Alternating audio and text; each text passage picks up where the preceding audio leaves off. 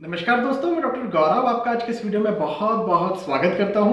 दोस्तों, आज के इस वीडियो में हम चर्चा करने जा रहे हैं सवाल जवाब सीरीज के एक अनदर एपिसोड के बारे में। दोस्तों, पिछले एपिसोड में हमने चर्चा की थी एपिसोड नंबर 46 और 47 के सवालों को लेकर के। आज के इस वीडियो में 47 नंबर के एपिसोड के जो सवाल रह गए थे उन्हें लेंगे। दोस्तों, आप सभी का स्वागत है। आप सभी जो भी ज्योतिषीय प्रश्न मुझसे करना चाहते हैं वो इस वीडियो के माध्यम से या सवाल जवाब सीरीज के किसी भी वीडियो के माध्यम से मुझसे कर सकते हैं। आपको उसका जवाब जरूर से मिल जाएगा। केवल आपसे रिक्वेस्ट इतनी है कि आप जो भी सवाल करें वो पर्सनल आपकी बर्थ डिटेल से रिलेटेड ना हो। यदि कोई ऐसे सवाल हैं जो कि सार्वजनिक है, यदि कोई ऐसे सवाल हैं जो कि इस वीडियो को देखने वाले प्रत्येक दर्शक को पसंद आते हैं, तो इस तरह के सवाल का स्वागत है। चलिए, आज का पहला प्रश्न जो है वो ले लेते हैं। और भूपेंद्र शर्मा जी ये मुझसे सवाल करते हैं कि सर, कुंडली में इष्ट देव का क्या संबंध होता है और इष्ट देव को कैसे पता लगाया जाए, और क्या कुंडली के अनुसार इष्ट देव के पूजन से ज्यादा फल मिलता है? तो देखिए भूपेंद्र जी, मैंने एक वीडियो अलग से बनाया है इष्ट देव के नाम से कि आपके इष्ट देव कौन है। हालांकि इसका पूरा सीरीज बना हुआ है, अलग अलग लग्न के आधार पर इष्ट देव पहचान आप सकते हैं।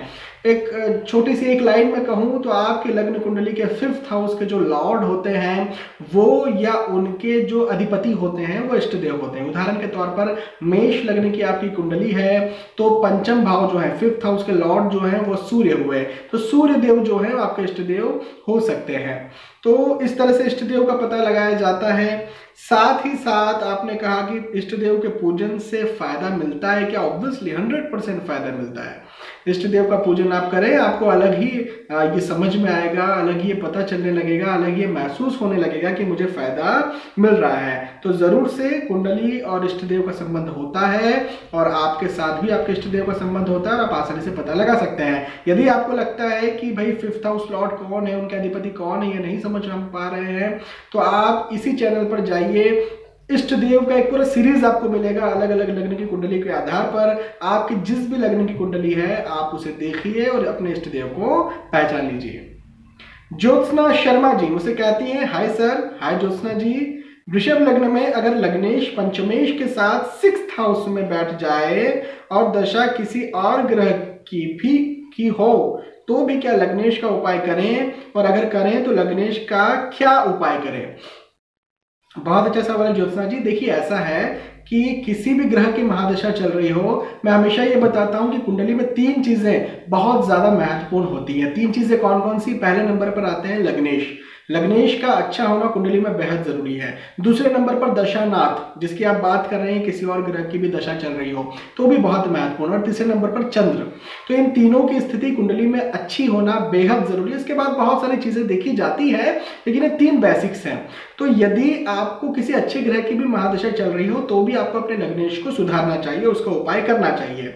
6वें भाव में मैं हमेशा कहता हूं लग्नेश अच्छे फल नहीं देते हैं, तो क्या करना चाहिए? लग्नेश के लिए बीज मंत्र करने चाहिए। हाँ, उनका दान नहीं करना चाहिए। लग्नेश का कभी दान नहीं किया जाता, लेकिन बीज मंत्र जरूर से करना चाहिए, रोज करना चाहिए। अनिशा जी मुझसे सवाल करती हैं, सर किसी भी ग्रह का सारे उपाय फॉलो करके अगर उसे शांत किया जाए तो क्या उस ग्रह का कोई भी नेगेटिव दृष्टि किसी घर पे पड़ती है? प्लीज बताएं। अनिशा जी, यदि आप उपाय कर रही हैं किसी नेगेटिव प्लैनेट्स के लिए तो उसकी दृष्टि भी नहीं और वो जहां बैठे हैं वहां भी नहीं, वो अपने कोई खराब फल नहीं देते क्योंकि आप उनका उपाय कर रहे हैं। तो रेगुलर आपको उपाय करते रहना चाहिए।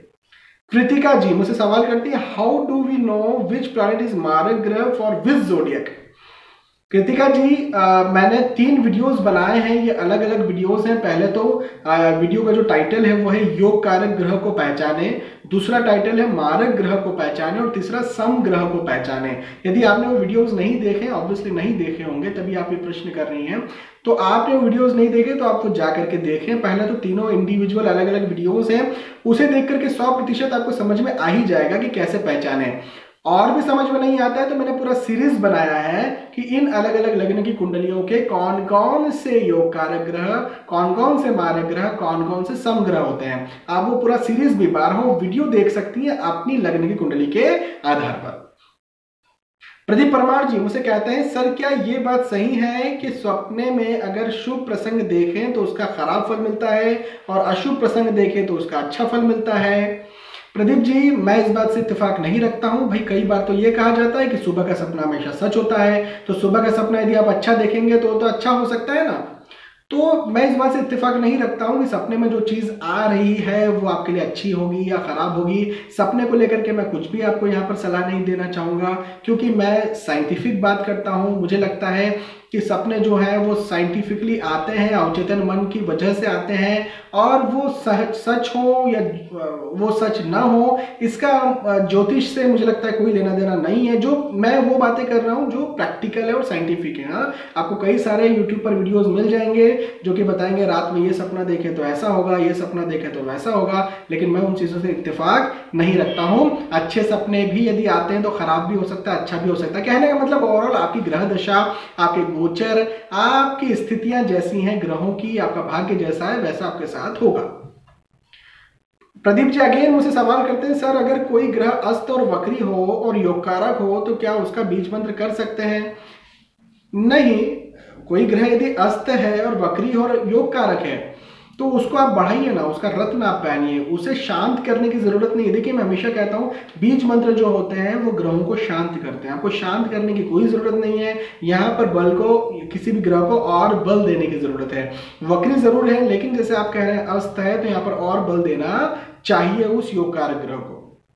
भावना राठौर जी कहती है, हेलो सर। हेलो भावना जी, कुंडली में राहु और केतु का राशि परिवर्तन से, राशि परिवर्तन मतलब जो अभी राशि परिवर्तन राहु और केतु का हुआ है, उनसे अगर राहु कुंडली में 7th हाउस में गोचर कर रहे हैं या 7th हाउस पर दृष्टि डालें तो क्या शादी की बात बन सकती है?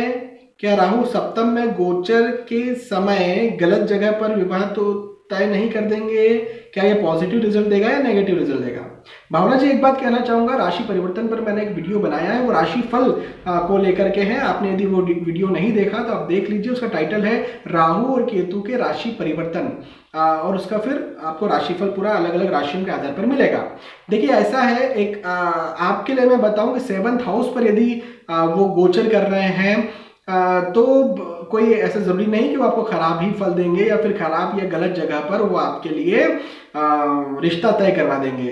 कुंडली में ये देखना होता है कि राहु और केतु कितने अच्छे ग्रह हैं। यदि अच्छे ग्रह हैं तो ये तो बहुत अच्छी बात हुई, ये जहां पर भी जाएंगे अपने अच्छे ही फल देंगे। लेकिन खराब ग्रह भी हैं तो आपको बहुत ज्यादा डरने की, घबराने की जरूरत नहीं है। कुंडली मिलान करके शादी कीजिए, बहुत अच्छी जगह शादी होगी और शादी के बाद भी आप बहुत खुश रहेंगे। तो इस चीज का आपको चिंता नहीं करना है कि राहु केतु गोचर सप्तम भाव पर कर रहे हैं तो उससे कोई दिक्कत होने वाली है। रंजन शर्मा जी मुझसे कहते हैं, सर जी अगर धनु लग्न में सूर्य 1st हाउस में हो तो सूर्य का प्रभाव क्या होगा? कहते हैं कि सूर्य पिता का कारक होता है। अगर किसी पर्सन को अपने ही पिता से नहीं बनती हो सूर्य 1st हाउस में होने के बाद भी, तो इसका कारण क्या है? जबकि सूर्य पर एंड राहु की दृष्टि है, और अच्छा ना ही केतु की और नहीं शनि की। ठीक है, देखिए रंजन जी ऐसा है कि पहली बात तो ये कि धनु लग्न की कुंडली के नवमेश जो होते हैं वो सूर्यदेव होते हैं, मतलब भाग्येश जो होते हैं वो सूर्यदेव होते हैं। तो सूर्यदेव लग्न पर आए मतलब इंसान भाग्यशाली हो जाता है। लेकिन क्या होता है कि जरूरी नहीं कि सूर्य ही पिता के कारक है। सूर्य तो है पिता के कारक, है ना, लेकिन आपको कुंडली में दूसरे योगों को भी देखना पड़ेगा। हाँ, आपको कुंडली में ये भी देखना पड़ेगा कि मेरे दशम भाव की स्थिति कैसी है, मेरी वाणी की स्थिति कैसी है, द्वितीय भाव की स्थिति कैसी है। यदि आपकी वाणी की स्थिति खराब होती है, यदि आप गुस्सा करते हैं लग्न पर, चूंकि सूर्य बैठते हैं ना, तो भाग्येश तो लग्न पर आ गया, लेकिन चूंकि भाग्येश सूर्य है तो इंसान को गर्मी जरूर देता है। गर्मी का मतलब ये कि वो गुस्सा दे देता है। चूंकि वो गुस्सा करेगा तो पिताजी से या माताजी से या किसी से भी वो गुस्सा कर सकता है, और बार बार गुस्सा करेगा। बड़े हो जाने पर गुस्सा करेगा, जब तक नादान है तब तक तो ठीक है, उसे माफ कर दिया जाएगा। लेकिन और आगे बढ़ने पर, समझदार होने पर भी गुस्सा करेगा तो फिर माता पिता भी माफ क्यों करेंगे? तो ये कुछ स्थिति हो सकती है। उसके अलावा फिर आपकी कुंडली को और गहराई से देखना पड़ेगा कि सूर्य किस नक्षत्र में बैठे हुए हैं, या फिर नवे भाव में कौन से ग्रह बैठे हैं, क्योंकि नवा भाव और 10वां भाव भी जो है वो पिता का भाव होता है। तो उस भाव में कौन से ग्रह बैठे हैं, किस ग्रह की दृष्टि है, किस ग्रह का प्रभाव है, तो उससे भी यहाँ पर पिता से पुत्र के संबंधों को कमजोरी मिलती है। फिर ये बात भी है कि सूर्य कितनी डिग्री के हैं, ये भी देखना बहुत ज़रूरी है। तो कुछ चीज़ें होती हैं, कुछ योग होते हैं जिनकी वजह से प्रॉब्लम होती है। लेकिन मेरा कहना ये बनेगा कि अपनी वाणी को और अपने गुस्से को सुधार लीजिए। कोई भी माँ बाप जो होते हैं, स्पेशली माँ जो होती है, वो ऐसा कोई फिजूल का गुस्सा नहीं करती। हाँ, पिता कभी कभी, बहुत बहुत बहुत रेयर केस में देखा जाता है कि अधिकतर पिता जो होते हैं वो फिजूल का गुस्सा कर देते हैं कभी कभी, और कभी कभी वो इवन खराब भी हो जाते हैं, कहीं शराब पी करके घर परिवार को बिगाड़ने वाले भी हो जाते हैं। तो कहीं कहीं पर पिता के केस में देखा गया है, लेकिन अधिकतर पिता भी जो होते हैं वो फिजूल का गुस्सा तो नहीं करते। माता तो जो है वो मानी जाती है। तो आपको अपने खुद के गुस्से पर, अपनी खुद की वाणी पर भी थोड़ा सा ध्यान देना चाहिए। तो दोस्तों, यहाँ पर हमने सवालों को लिया। इन सवालों के जवाब मैंने आपको सटीकता के साथ देने की कोशिश की। मुझे विश्वास है कि आपको ये बात समझ में आई होगी, आपको वीडियो पसंद आया होगा। यदि आपको वीडियो पसंद आता है तो प्लीज लाइक करें, इसे शेयर भी करें ताकि दूसरे भी इस वीडियो का फायदा उठा सकें। दोस्तों, आने वाले वीडियोस में, आने वाले एपिसोड्स में फिर मिलेंगे। मैं तब तक के लिए आपसे आज के इस वीडियो में विदा चाहूंगा। नमस्कार।